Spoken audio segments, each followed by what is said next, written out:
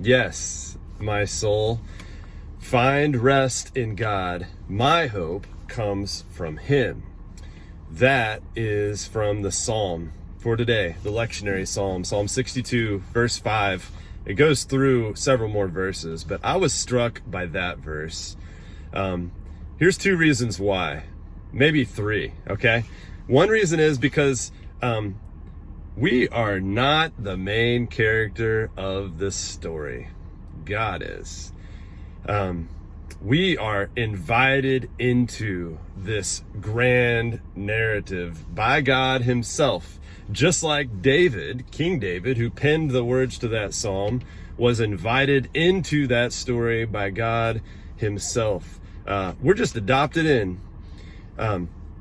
I love picturing, I've mentioned this before, I love picturing when I'm reading a psalm, two things. I love picturing like that being written or sung or said by that person thousands of years ago. So in this case, David, it's a reminder that his faithfulness, even in the midst of his like imperfection and disobedience, is like this encouragement to me to remain faithful. Like sisters and brothers in the faith who have gone way before me or you were crying out to that same God, being like, okay, I know, but my soul, please find rest in God. God is the one in whom our hope rests. And so David was saying that. So it's a reminder that we're part of something much, much bigger. The other thing that I love about it is that David is talking to his soul, and that feels weird. He says, yes, my soul, like, yes, soul, find your rest in God. It's like he's pumping himself up or talking to himself. And that does feel weird. He does this a few times. There's another psalm where he says, why are you so downcast, oh my soul?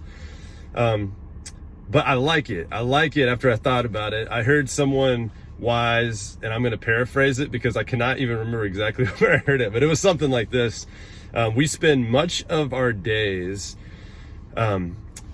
listening to ourselves and then talking to God about that.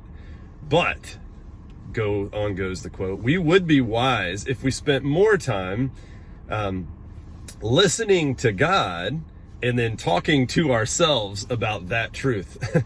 And that's kind of what David's doing here. He's like, okay, God, I hear you. I know the truth. Now I need to tell myself, like, to believe it deep down. My soul, rest in God, rest in Him.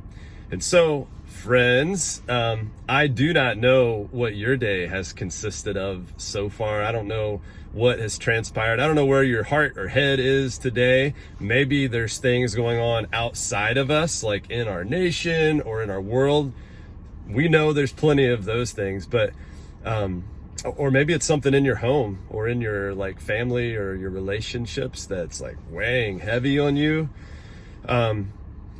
We are called to be people who engage with those things, but there is a starting point, and I think David shows us here. It's why the psalm is the first thing listed on that lectionary reading, is because it's like this grounding, this anchoring, and here's the starting point. Yes, friends, yes, person listening to this, find rest in God. My hope, our hope, comes from Him alone. So what does it look like to rest in Him today? What does it look like to tell yourself to rest in Him? Love you.